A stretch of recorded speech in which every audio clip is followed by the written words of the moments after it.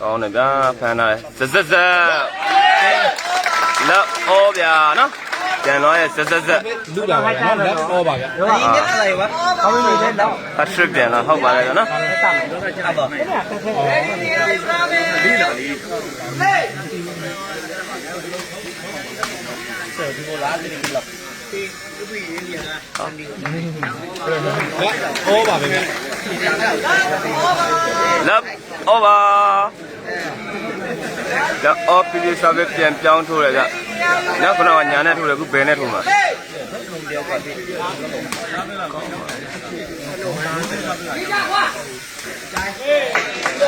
စာပေချိန်ပါဗျာလက်ဩပါပဲဗျမ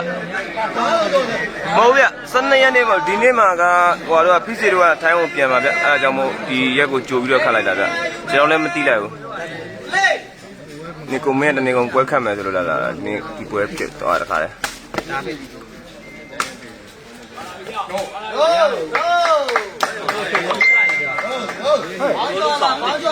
မောက်လေနှလုံးထောင်ပါတယ်လေဟဲ့ပြောတာများပဲနှလုံးထောင်ပါတယ်အထောင်ကျော်ပါတယ်ဟုတ်ပြေးပါကြရဆောင်းဟဲ့မဆိုင်ဘူးไม่แปลကျော်ပြီးတော့ပါเดี๋ยวนี้ชงรถได้ดิพี่ลูก2ပြီးတော့ပါကလေးลูก3ไม่ได้ใช่ไหมพี่ဟုတ်တယ်အဲ့လိုပြောต้องလုံးไม่ได้ถูกได้ต้องလုံးမရဘူးနှလုံးပြောက်อ่ะအဲ့ဒါဘယ်နဲ့ပြောလို့ถูกได้ถูกได้ทีไม่ได้အင်းကျော်စေကျော်ရတယ်ဟုတ်စေကျော်မရတယ်အင်းကျော်ရတယ်နော်ครับไปจากข้างล่าง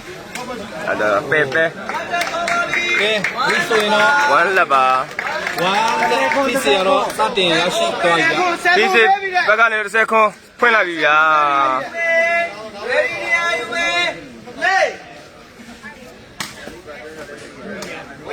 ဝေးပါတယ်ဗျလောက်ဝမ်းပါဗျတေချာရိုက်ပြနေပါတယ်ညီနော်คนนี้เป็นลูกอ่อมครับเสกสรรเสิร์ฟอ่อมคนไทยแปรอีซี่ကောင်းတယ်ဗျာช้าพี่พี่เสกมันขยับไปรอโดดจบขยับไปรอဝမ်းလက်ပါဗျပွဲပြက်ပြီဆိုရင်ဘယ်လိုတင်ထားတာကျွန်တော်ပြင်မှာပွဲပြက်ပြီဆိုရင်မတင်ထားပါဘူးနော်ပြန်ဝင်ကြည့်လိုက်ပွဲပြက်ပြီဆိုရင်တင်ထားတဲ့ပြေကိုမေးကြည့်ပါနော်ကျွန်တော်ပြင်မှာမတင်ထားပါဘူးတူလက်ပါဗျဒီဆိုရင်တော့ပြီးစီတူပြန်တော့လက်ပါဗျတူလက်ကိုလုံးကြေးခေါ်လို့ရတယ်ကောင်းပါဒီနေ့ president ကတော့အဘဖြစ်ပါဟုတ်ကဲ့ပါဖိုးဗာလေဖိုးပြည့်တယ်ပုံးပြည့်တယ်ရပါတယ်ဒါပေမဲ့ line ပေါ်တော့ကျတော့ကျွန်တော်ဘာမှလက်မခံတော့ဘူး တိုင်းလို့ရေးနေခက်ပြီဆိုရင် line ပေါ်ကြေးတွေအကုန်လုံးလက်မခံတော့ပါဘူးဟိုလက်တူပါဗျလက်တူပါဗျပြန်တော့စပစ်ပါထွက်ပြီးပြန်ဝင်ကြည့်လိုက်ပါနော်ช้าพี่โดดเข้าไปเลยတော့ခုပလေးညာကက်တယ်ขึ้นไปขยับไปดำๆขยับไปทางไหนพี่ไปตรงข้ามมันนะတူလက်ပါพี่ขยับไปรอไว้ก่อนလက်ပါဗျ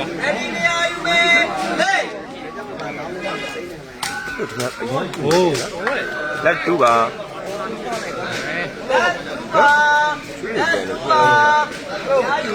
ဒီတနေ့ဆောင်းနေပြီ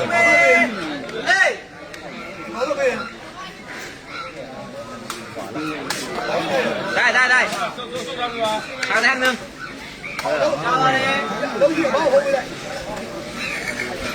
တူလက်ပါ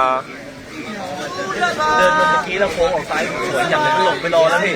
ငွေလွှဲပြီးစီလို့ရတယ်เดินแบบเมื่อกี้มันมองแปรพี่อยู่เงี้ยသူတို့မျက်လုံးစောင်းတယ်เยี่ยมကဲ fight 2ပါလေဗျာဟုတ်ကဲ့ပါကောကျွန်တော်ငွေလွှဲပြီးနေရတာနားမလည်ဘူးကွယ်ได้พี่ได้น้ำเปล่าတူလက်ပါဗျလက်ပါဗျ နှစ်ယောက်ပဲပြောပါတော့တယောက်ကစားတယောက်ကမစားဘူးဆိုတော့ကျွန်တော်ဘယ်လိုပြောလို့ပြောရောက်မေးကြည့်ပါပြန်မေးကြည့်ပါနော်ဖုန်းဆက်လိုက်ပါလက်တူပါငါညနေကင်းလေးပါအာတာငါညနေကင်းလေးပါပြတိုင်းလိုက်တော့ကွာ ready နေရယူမေးလေညနေကင်းပြတိုင်းလိုက်တော့အော်မာရကြာပြန်လို့ကျွန်တော်စာပေတလုံးပေါက်သွားပြီဗျာနော်ဒီစီလှုပ်ချင်ကိုမရနိုင်ဘူးဗျာ1 2ပါဗျာ2ပါဗျ1 2ပါဟုတ်ကဲ့ပါဗျာကိုစင်းတော့မျိုးလွင်မင်္ဂလာပါကောင်းတယ်ဩပိုက်မကြုံဖြစ်သွားရဲ့လားနော်ဒီစီဆောင်2ဝက်မှာနေဆောင်ဒီစီစားပဲဆောင်းနေနေဆောင်လေးလုံးရှိပြီဗျာနော်ဒီစီစားပဲတွေကတော့တောင်းလျှောက်ကိုပိုက်တိုးနေရတော့မြင်တွေ့ရတယ်1 2ပါဗျာ1 2ပါ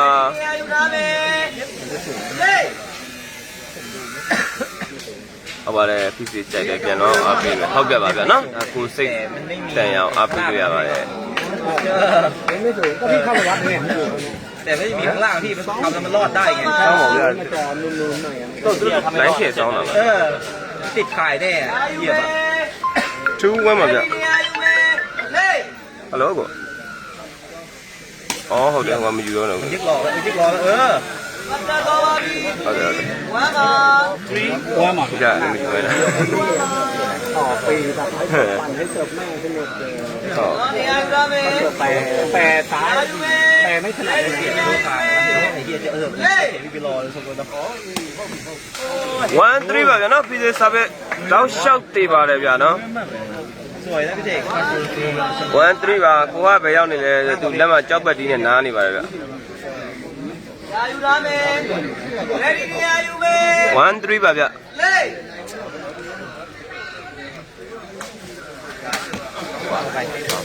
ซ้ายขวาเดียวพี่ซ้ายขวาเดียวเดี๋ยวน้องมีပါဗျာဟောတမ်းမိရဗျာ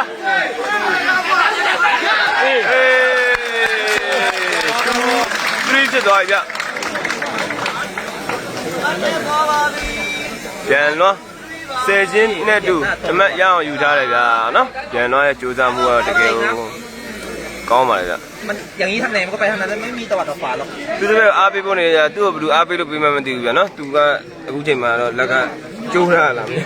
ตามตรงไหนไปทางไม่มีตวัดโจ้สิใจဟုတ်ကဲ့ပါချစ်စိုးတိုက်တဲ့ဘက်ကိုကြိုက်တယ်လို့အားပေးဗျာ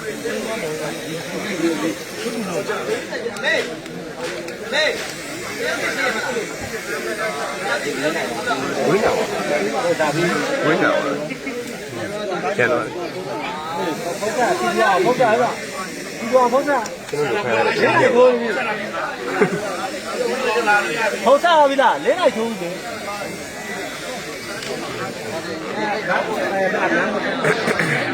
来พี่ผมแป๊บเดียวအပတ် Facebook လက်ခံပေးပါလို့ပြောပြပါတဲ့ကျွန်တော်ထိုင်းလို့မှမတက်တာလို့ဟုတ်ပါဘူးငါတို့ရှူရင်းနေအောင်ဆောင်းဦးရာကြီးပါလဲအဲ့ဘယ်လိုပါလဲရှားရည်လားရဲရည်ကိုရလားရှားရိုက်ပါကိုခေါ်တာရလို့ဟုတ်ကဲ့ပါလာခဲ့မယ်ဗျာနော်ဘကိုဟုတ်ဘယ်တော့ပါရောချင်းလုံးဆယ်လိုက်တာဗျာညက်သွားတယ်ဥညက်သွားတာမလို့ဟုတ်ကဲ့ညသူကဒါလိုက်တောင်ရောက်နေပြီလေပြန်ထက်ပြပြ9ပေနှစ်ဟုတ်ပါတယ်ဗျာနော်9ပေနှစ်ပါပဲပေါင်အကျိန်းနာသွားပြီလားအကျိန်းနာသွားတာဘယ်လိုဖြစ်သွားချင်းတော့ဟန်ချက်လွဲသွားတယ်ဆက်ပါတယ်ဗျာနော်တောင်းချဆက်ပါတယ်ဗျာဟယ်လိုပြန်စပါပြီဗျဟယ်လိုဟုတ်ကဲ့ဟုတ်ပွဲစားနေဗျာနော်2 3က2 3ပါဗျဟုတ်မရတော့ဗျာโดดพี่โดดมองซ้ายมองขวา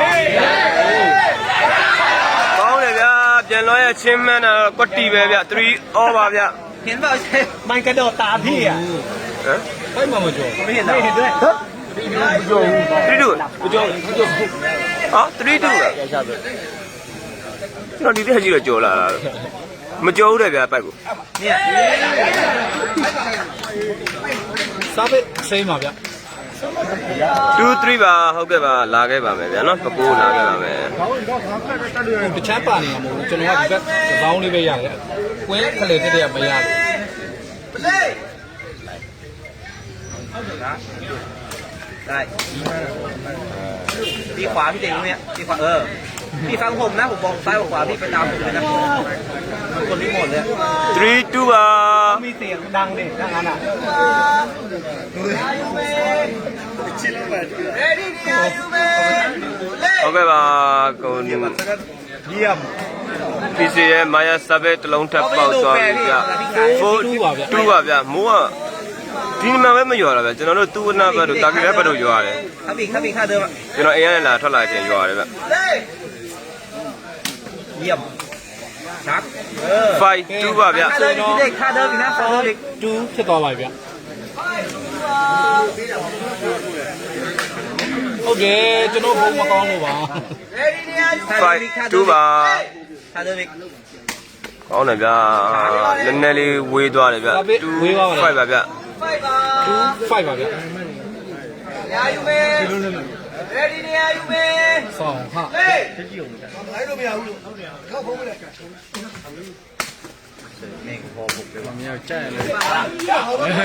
ဆရာတမတ်ဗျအေးအော်3 5ပါဗျာနော်ပြန်တော့ကောင်းပါလေဗျာနော် PC ရဲ့မာရင်မှုကိုတည်တက်လာပါဆိုတော့တတ်ထားပြီးတယ်ဗျပေါင်ကခုနဥညံဝါလာမသိဘူးကျွန်တော်ဆယ်လာကျွန်တော်ကလိန်ပြီးတော့တယ် 3 5ပါဗျာပြန်တော့စားပဲပါ ได้ သူကိုင်းတာသူကိုင်းတာ เยี่ยม တက်ပါလေ စားပဲချင်းပါဗျာ 5 3ပါ 3ပါဗျာဟာဒီတိရအောင်နော်ဦးလေးကလည်းမှတ်နေအများကြီးရပြီးမှမိုးရွာတော့ เฮ้ย 6 3ပါဗျ ပြန်တော့လည်းလုံးဝသူ့ရဲ့ပွဲပေါ်မှာအာရုံစူးတိုက်မှုကလည်းကောင်းသွားတယ်လို့နိုင်သွားတော့နော် ဟုတ်ပါတယ်ဗျာ ဒီပွဲကတော့ကျွန်တော်တို့ကတော့ ရေရှိတယ်တဲ့ စောင့်ကြည့်ရမယ့်အနေထားတော့တွေ့ရပြီ ขวาเนี่ย ပြီးပါပြီပြီးစေ ยก 7 3ပါ 3ပါဗျာ ไม่ใช่เขาขอแล้ว ကျွန်တော်ပေါင်ကျော်ကတော့တလုံးညက်သွားတာလို့ထင်တယ်ဗျာနော်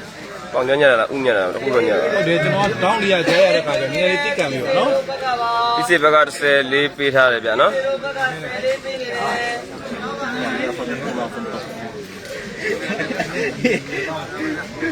ကထောင်ကျော်ကွက်လာမယ်ဒီထားဟုတ်ကဲ့ပါဗျာဒါကတော့သူအာတန်တဲ့ကစားနည်းတစ်ခု7 3ပါ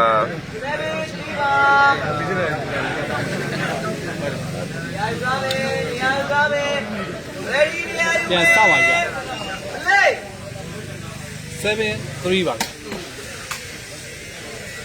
အောင်တယ်ဗျာဆက်အာမရဘူးဗျာနော်အဲ့လိုမျိုးကြော်သွားရင် ไม่เอานี่ได้ไม่ได้ครับพี่ได้ครับอันนี้ใส่แขนเรา 3 7ပါ 3 7ပါ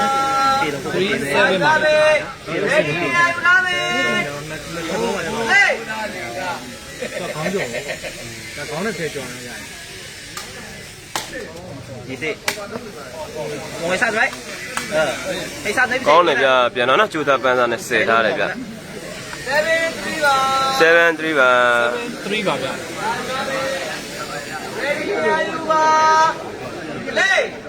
ဟုတ်တယ်ဒီနေ့သိစလို့ပြန်ကြာပြီ 83 queen chain လိုက်ညာနော် PC ရဲ့မာယာပါရီတည်တက်လာတဲ့ service တစ်လုံးပေါက်သွားတဲ့အချိန်မှာ83ဖြစ်သွားတယ်ဗျာပြန်တော့ PC လိုမျိုးကောင်းကောင်းတဲ့ကစားသမားတယောက်ကိုပြန်တော့အနေနဲ့ကစားတာဒါတော့တကယ်ကိုလေးစားစရာကောင်းတဲ့ချက်ပါပဲနော်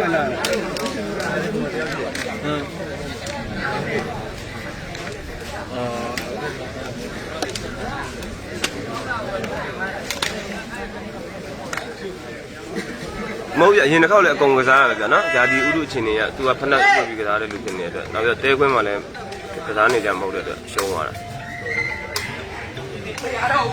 မရတော့ဘူးတဲ့နော်။ပြန်တော့ပြောပြီဗျာ3 8ပါဗျာ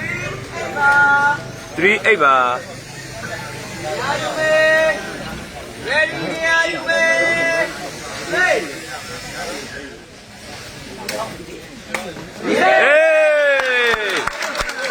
အိပ်ပါဗျာနော်ကျွန်တော်တန်ထွက်လာပြီ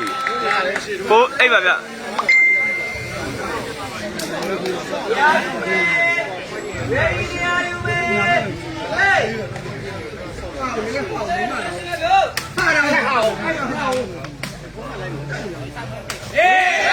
ပြီးရဗျာနော်ပြန်သွားကောင်းတယ်ဗျာ5 8ပါဗျာ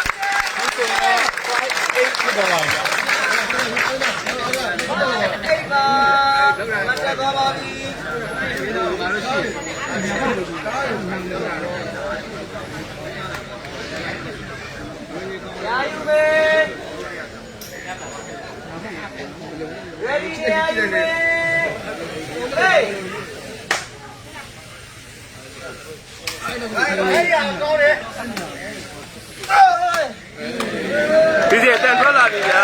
နော်အေး8 5ပါဗျာ5ပါ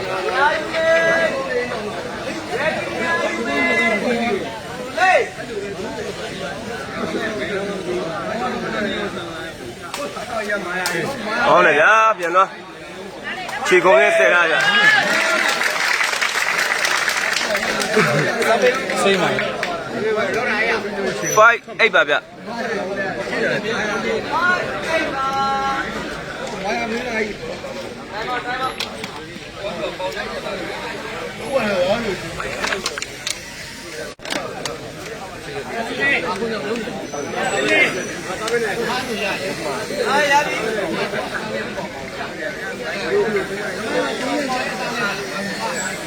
အော်ကြေးစားပါဆိုတော့တိုက်တယ်လို့သူနိုင်တဲ့ပုံစံမျိုးခတ်မှာပေါ့ပြီးစီနဲ့အဲ့လိုမျိုးဖွင့်ခတ်ကြရလား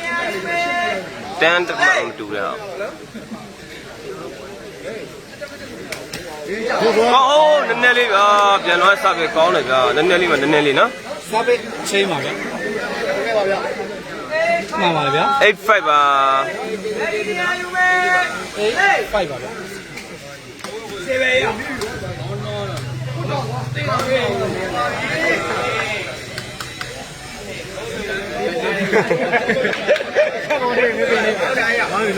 ိုက်တော့ရရဟောတော့အိပ်ပါ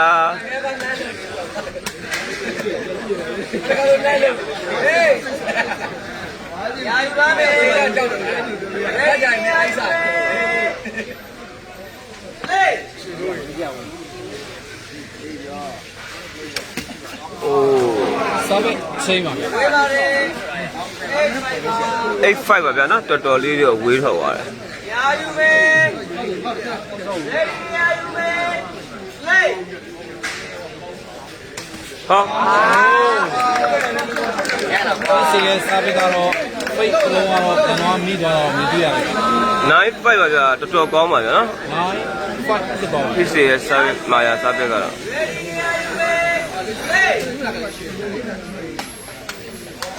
โอ้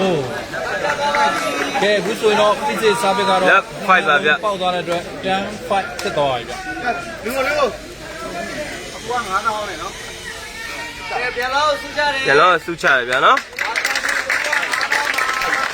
ဒီလေးတွေဖြစ်စီကိုလည်းဆူချပါတယ်ဗျာနော်ရှင်ကိုရီးယားတရားသမားမျိုးကစစ်ချတယ်မြည်တွေ့ရတယ်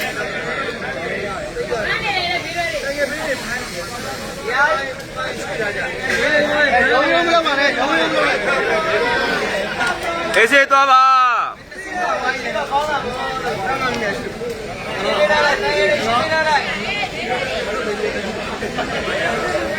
ဆိုင်ငယ်ပိတ်အများကြီးပဲနံပါတ်တော့ဆောင်းမလားနံပါတ်နံပါတ်ယူဟဲ့ဒီဘောဒီအချင်းနေစိတ်ရတစ်ချက်ရှိပဲဘုန်းကြီးဆောက်လာလို့လားချင်းရလောအတိုင်းမတူသေးဒါလည်းတော့မဖတ်တော့ဘူးခိုင်းစားတယ်ဒီလိုဘူးပေါ့ဒီရဲတဲ့စိတ်ကိုရရတယ်ဆောက်ကကဲပြန်စပါပြီဗျအဆန်ရမယ်တော့အားရဆမ်းမယ်ကောင်းပါလေဗျာနော်ပြန်တော့ဒီစက်ပါလေဖိုင်လက်ပါဗျာပိတ်နေလို့ပဲเนาะဆိုင်ကလေးပိတ်နေလို့ဆိုင်ကလေးရှင်းခိုင်းလိုက် ဟုတ်တယ်ဒီကတော့ပြည့်စိတ်နှုတ်ပေးလိုက်တာနော်ဆိုင်ကယ်တွေဖမ်းနေတယ်ဆိုပြီးတော့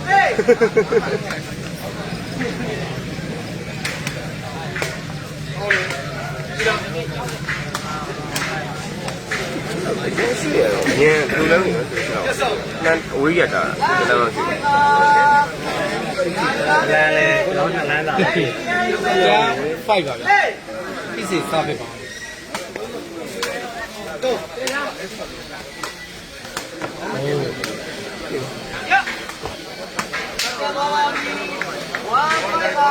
ဝမ်ဟိုက်ပါ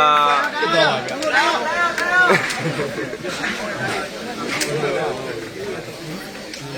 လမ်းလေးတောက်လာဆက်လာပြောင်း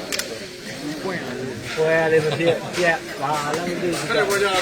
ဒီပါတယ်မျိုးမျိုးပဲအဲ့ဒါထားလိုက်တာနောက်မှတနင်္ဂနွေလုံးဆိုတော့ပြန်စား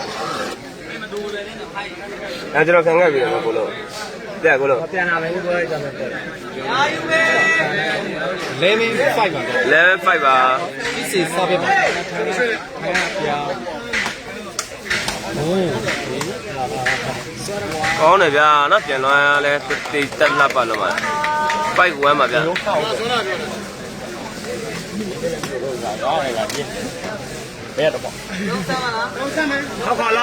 ขอลองลูก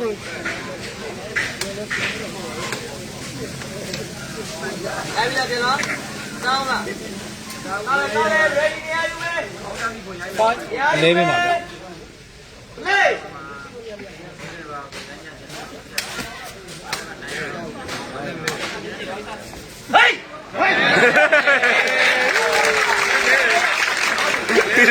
စိတ်တို့ပါကအေးတယ်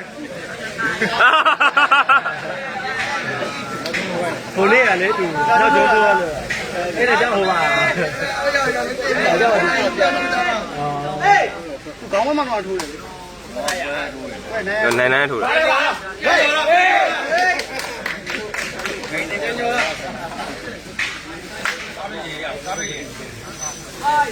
ဘယ်ပေါက်သိရင်မို့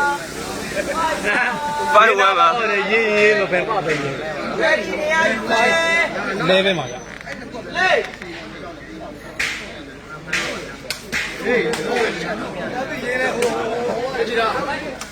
စာပင်းရေးရအောင်ကျွန်တော်မှမဟုတ်တာကျွန်တော်ဆိုရင်းစရာတော့မလိုဝင်နဲ့တေးပြ 5 level ပါဗျဟုတ်ကဲ့ပါကိုစိုင်းစီမင်း ဘယ်လိုနေတော့ ကပြန်တက်တော့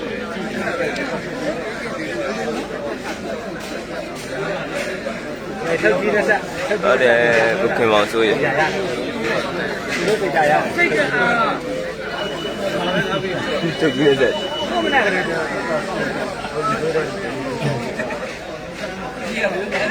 ဘယ်တော့ဆိုရင်ဒီမှာလည်းမကြိုက်ဘူးအမလုံးနဲ့အာဒုက္ခပဲဒီ အဲ့လိုလည်းစောက်ပါဗျ တိုင်းဒီမှာကြည့်တယ်ဘယ်လိုရှိတယ်ပြန် 11 5ပါဗျပြည့်စည်စားပေးပါ ဟုတ်တယ်ဗျအိမ်မင်္ဂလာဆိုရင်ကျွန်တော်မာယာစားပေးနေဆိုတော့သွားပြီဗျအော်ဟုတ်တယ် ကဲဦးဆိုရင်တော့ပြည့်စည်စားပေးကတော့နောက်တော့ 5ပါဗျ ဘယ်လိုင်းကိုထပ်ပေါက်သွား စားပေးပညာတော့နည်းနည်းမလွယ်ဘူးဗျဒီလိုကိုစားပေးပေါက်ပေါ်ကြ တယ် တယ် အဲ့ဒါကတိတ်ကြည့်ကြတယ်အေးရိုးရိုးတို့ကြတယ် ကျွန်တော်မာယာစားပေးလို့တီးတာစားပေးလို့ပါလို့ဆိုတာတပည့်စားပေးလို့မှရမှာကောင်းတယ်ဗျာနော်ပြန်တော့ကြော်ရတဲ့လုံး တွဲပါဗျ ဒူစီမှာပဲလို့ထင်ရဗျာဒါပေမဲ့သူ့ရဲ့ခြေလန်းခြေရွှေ့အားတွေကမနေဘူးဗျချင်းလုံးတစ်လုံးကိုပိုင်နိုင်မှုပါလေ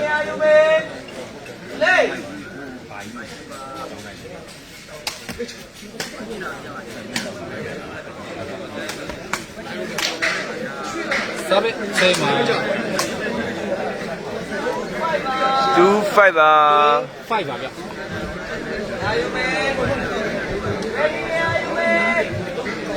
မင်းတကား စားပေးဝေးပါရနော်စားပေးချိန်ရန်လောစားပေးပါတွဲပါ အဖက်ကိုရောပြန်တော့ခက်မဲ့စီစဉ်ရှိတာလေအဖက်ကခေါင်းဝန်းကြီးကအဲ့လိုမတန်အောင်ပြသူက2ယောက်ချင်းတော့တန်စားပဲအဖွင့်အောင်အဲ့လိုရက်နေတော့မတ်တယ်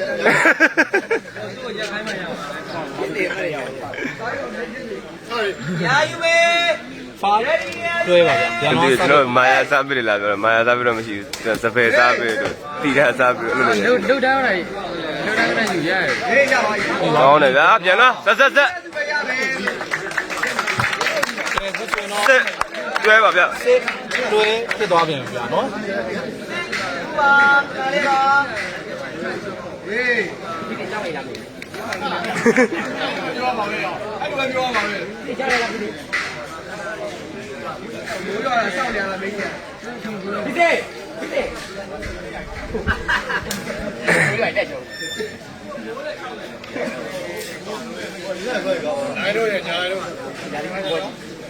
ဟုတ်တယ်တယောက်ချင်းကစားနေကြကစားသမားကြီးချင်းလုံးတစ်လုံးထိုးလိုက်တယ်ဘယ်လိုရှေ့ရမလဲသူကနှက်ပြီးသားတယ် စစ်တွဲပါဗျ စစ်တွဲပါဗျ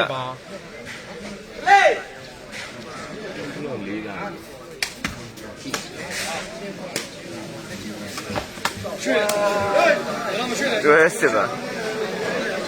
မရှိနဲ့မတည့် လည်းပြောလို့ခွေးနဲ့ခွေးကကိုယ်တဝိုင်းနဲ့ဝိုင်းလာပေးတယ်မဟုတ် သူစစ်ပါဟုတ်တယ်ဗျပွဲတွေကတော့နောက်ခုရှိသေးတာဆိုရင်ကောင်းတယ်ဗျာဒါပဲပြန်တော့ဖမ်းလာတယ်ဒါပဲဗော စားပဲချိန်ပါဗျ ကောင်းထူးကောင်းတက်စုပို့ကောင်းတယ်စစ်တူပါ ကိုတို့ကစကြံခက်လောက်တော့ဘလို့နော် စောင်းနေကျွန်တော်ရွှေနဲ့ကျွန်တော်လည်းဒီဘက်၄လောက်ငယ်ရောက်တော့ သူဥပမာတယ်နော် โอ้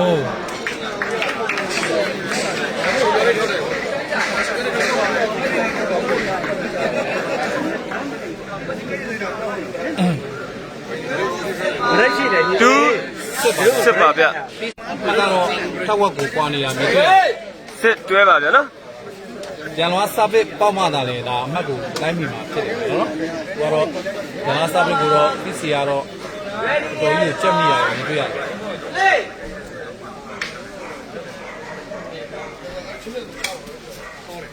အိုးနည်းနည်းလေးဗျာနော်တွဲစစ် စစ်ပါဗျ PC စာပစ်ပါ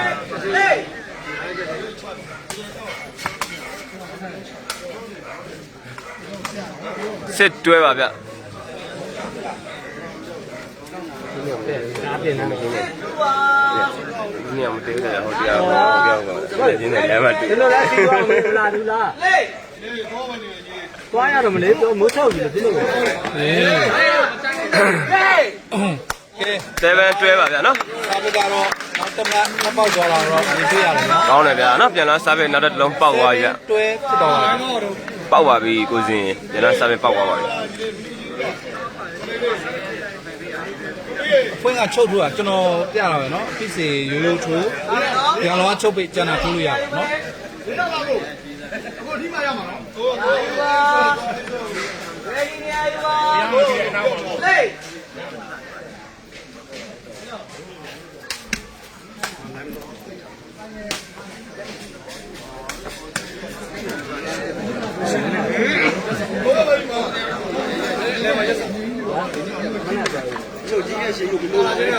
လို့မလို့ပါဘူးကောလို့ပြစ်ခဲ့တယ် 2 7မှာ ဒီတော့မျိုးစီစားတယ်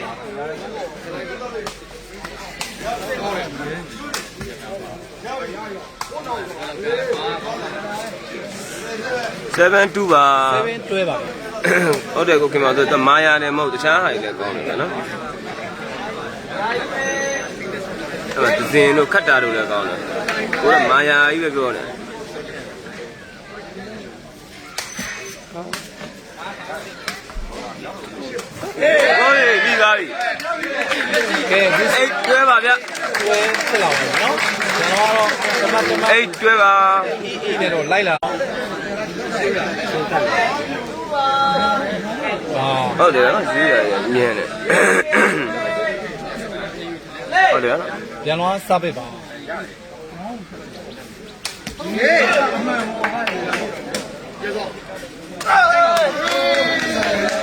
တွဲအိတ်ပါဟုတ်ပါတယ်နော်ရက်ဆောက်လို့တော့အားပေးထားတယ်ဗျ ပြောတယ်ဘာပြတ်တော့ဘုကစားတော့ ဟမ် ဘာလို့ကြော်ပါမရောက်တာ ရက်ဆောင်တယ်ဆိုတာကွာချင်းတွေပဲရက်ဆောင်တယ်ကွာတာလာနေတင်နေတာဟေးကြည်ဝါရဲ့ဒီလိုတိုက်တဲ့နေရာတိုက်လို့ရတယ်မသိဘူးလို့တိုက်တဲ့နေရာမှာဆက်ပါကြဒီနေရာပဲလုံပဲကြည်ဝါရဲ့ဟုတ်ပြီလို့ဘယ်လိုအဲ့ချင်းတော့ရှင်းပါဟိုငါထိုင်တာ ဟေးတွဲပါ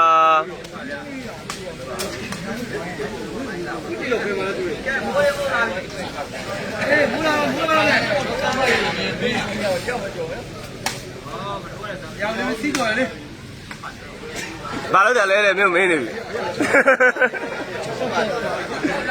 ဘာလို့လဲလေတရားယူမယ်ဆက်နေတယ်ဟိုလာတယ်ပေါ့တရားယူမယ်လေ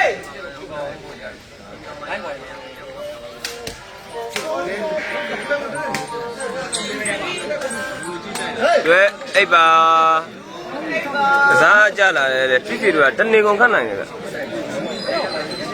ဒီဝဲနောက်ဝဲထပ်ဆက်ကန်သူတို့ခတ်မှာအဲ့လိုမျိုးပဲတီးနေခတ်နေတယ်စိတ်ကြည်နေရအောင် ready တရားယူပါ တွဲအိပ်ပါဖြစ်စီစားပေးပါ မိုးချင်းနေဆိုတော့မိုးကလည်းမဲလာပြီဗျနော်ဟောအော်လေဗျာပြန်သွားအေးကူပါ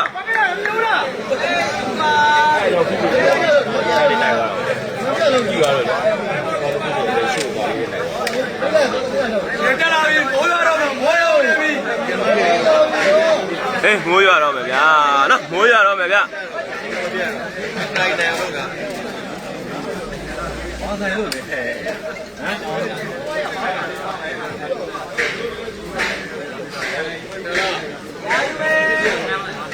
ကိုချိုးတီးရကြအဲ့ဒါကြောင့်မတီးဘူးဗျ သူကမချိုးထိလို့ရတောင်းလာဗျာ ဟုတ်တယ်မိုးရွာတော့ပါဗျာနော်မိုးအနံ့လေးတွေရနေပြီအိုး ပြောရလွယ်နော်အထဲမှာ တူအိပ်ပါဗျာနော်မိုးကတော့ရွာတော့မယ်ဗျာမိုးအုပ်လာပြီမိုးအုပ်လာပြီ လေလေလေးကအထဲဝင်ကြည့်အောင်စားပေးမနေဖမ်းနေရ တွဲအိပ်ပါဗျာ အိပ်တွဲပါဗျာနော်ဖီးစစားပဲစတိုင်းသေးတယ်ဗျာနော် တိုးသွားတဲ့တွဲစားပေးချိန်ပါဗျာ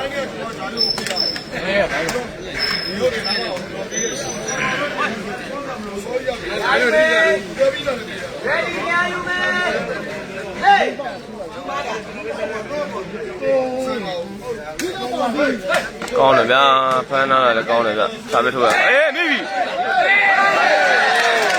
ပြန်တော့ဆယ်ချင်းသမတ်တက်သွားပြီဗျာနော်နိုင်တွဲပါဗျာ တွဲဖြစ်သွားပါဗျာနော်ဒီနေ့နဲ့ဒီနေ့ပြန်လာတော့တက်လာတာမြင်တွေ့ရတယ်ဗျာ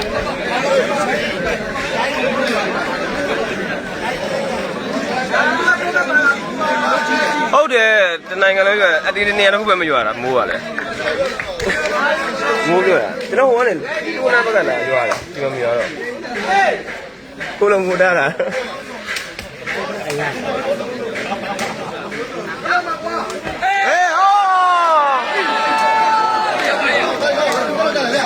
တွဲနိုင်မှာရှေ့ပြောကိုင်းမှာညီလေးရေအထိုးကိုင်းနဲ့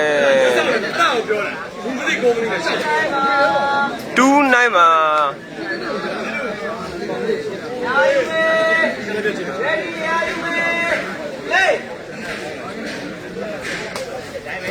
ဟောဟော ကဲဒီဆိုရင်တော့ပြီးစီရတော့နောက်တစ်မှတ်တက် ဟုတ်နိုင်မှာဟုတ်နိုင်ဖြစ်သွားရနော်တင်းနာတင်းနာတင်းနာ အားပေးသားကြရငွေရလာတယ်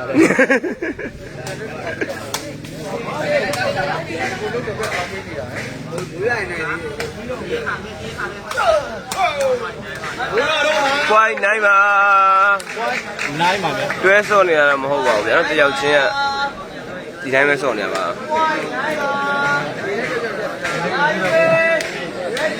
ပြီးစီကဒီဝဲပြီးဂျွန်းထိုးပြမှာတဲ့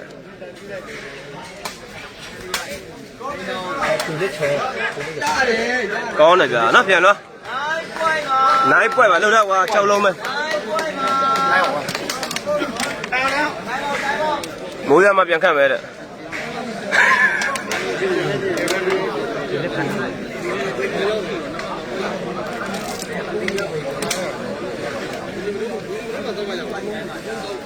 နိုင်ပွဲပဲဗျာနော် ကိုယုံကြည်မှုလုံခဲ့တယ် ပြီးရွာပဲမနေနဲ့ ဝင်းလုံးမရှို့တယ်ဆယ်လေးတော့ပါ မိုးရွာရင်တော့မှီကောင်းမှီနိုင်ပါလေဗျာမိုးရွာခြေလောက်ကိုကတ်သွားတော့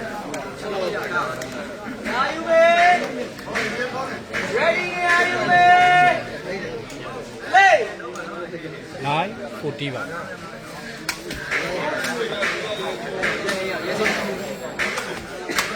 49မှာ ကဲ ကိုမင်းပြပါကိုမင်းအမိုင်မတက်ကြီးရက်နေဗျာလောက်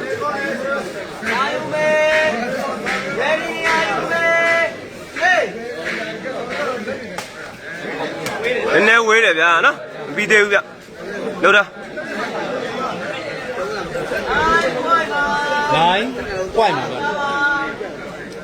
ဟုတ်တယ်တန်းရောက်ကိုမိုးရတယ်ဒီခေါ်တာမှာ မိုးမျောလဲနေကြတာမိုးရတယ်တက်ကပဲမျိုး ဟေး ကဲ လက်ပွိုက်ပါဗျ ဒါကတော့နောက်တစ်မှတ်တက်လာပြန်ပြီဗျာ လက်ပွိုက်ပါ point ပြသွားပြီဗျာနိုင်ဝဲလောင်းမှုယူသွားတယ် မယူရ12ရက်နေ့မယူမနေ့ဖန်လေထိုင် အဲ့အမိပြန်ပါလား ထိုင်ဒီပြန်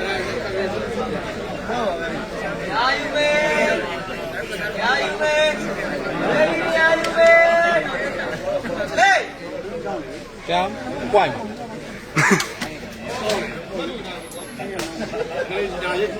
မိဗျ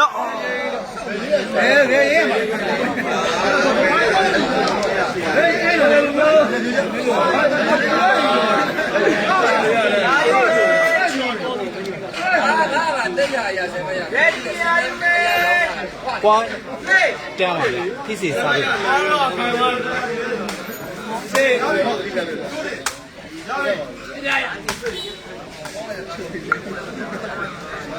ညာလိုက်ဖြုတ်ချတဲ့မဟုတ်ဘူးလေတခြားနေရာတွေမှာရွာနေဒီတနေရာလေးပွက်ပြီးရွာတာ ကျန် point ပါဗျာ တန်းပွက်ပါကျွန်တော်ဟိုဘက်ကတာဂီရဘက်ကလာတာဂီရသူဝနာဘက်ရွာတယ်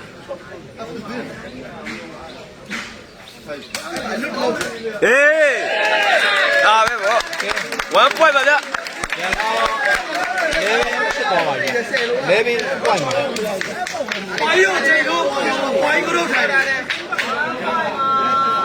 1 point ပါ point ပါ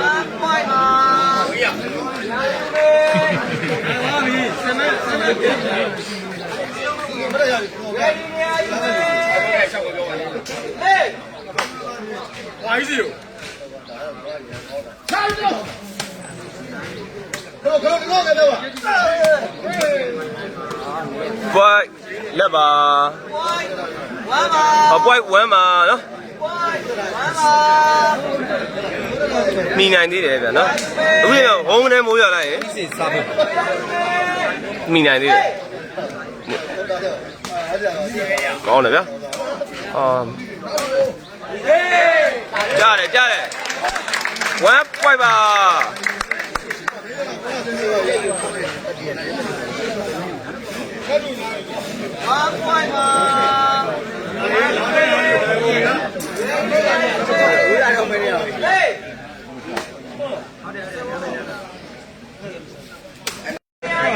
ဘိုးရတော့ဆိုပြီး ဟုတ်လား ရောတပ်လို့ပဲ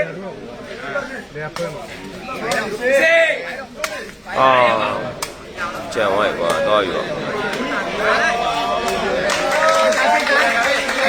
ဂျွန်းတို့နဲ့ဂျွန်းတို့ကလည်းကြာနော် လိုင်းမော်ကြည့်ရှုပိုက်ကျော်ချင်းဝါသနာရှင်ကြီးကိုလည်း အားလုံးပဲပွဲပြီးဆုံးသွားပြီကြာနော်ပြီးစေ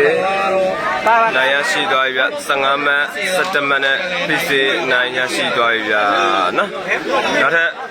ထိုင်ပြန်လာတဲ့အချိန်တွေမှာဒီပွဲတွေကိုဆက်လက်ပြီးတော့အားပေးကြပါအောင်လို့ပြောကြရင်းနဲ့နော်ဒီနေ့မှာပဲညီကုန်းချုပ်လိုက်ပါတယ်ဗျအားလုံးပဲကျေးဇူးတင်ပါဗျနော်ဒီပွဲဒီနေ့အတွက်နောက်ဆုံးပွဲစဉ်တော့ပဲပြောလို့ရတယ်ဗျ ရကပါဦးဒီမူလားကျော်ရစားရပါ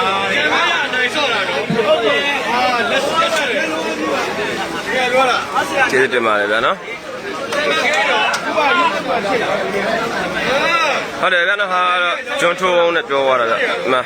ဟာနဲ့ကိုမင်းနဲ့ကိုဟာနဲ့အားလုံးပဲကျေးဇူးတင်ပါတယ်ဗျာနော်ကိုကြီးလေးကတော့ဟိုဘက်ကလောင်းတာဗျမရလိုက်ပြောပါတယ်အားလုံးပဲဒီလောက်ပါပဲ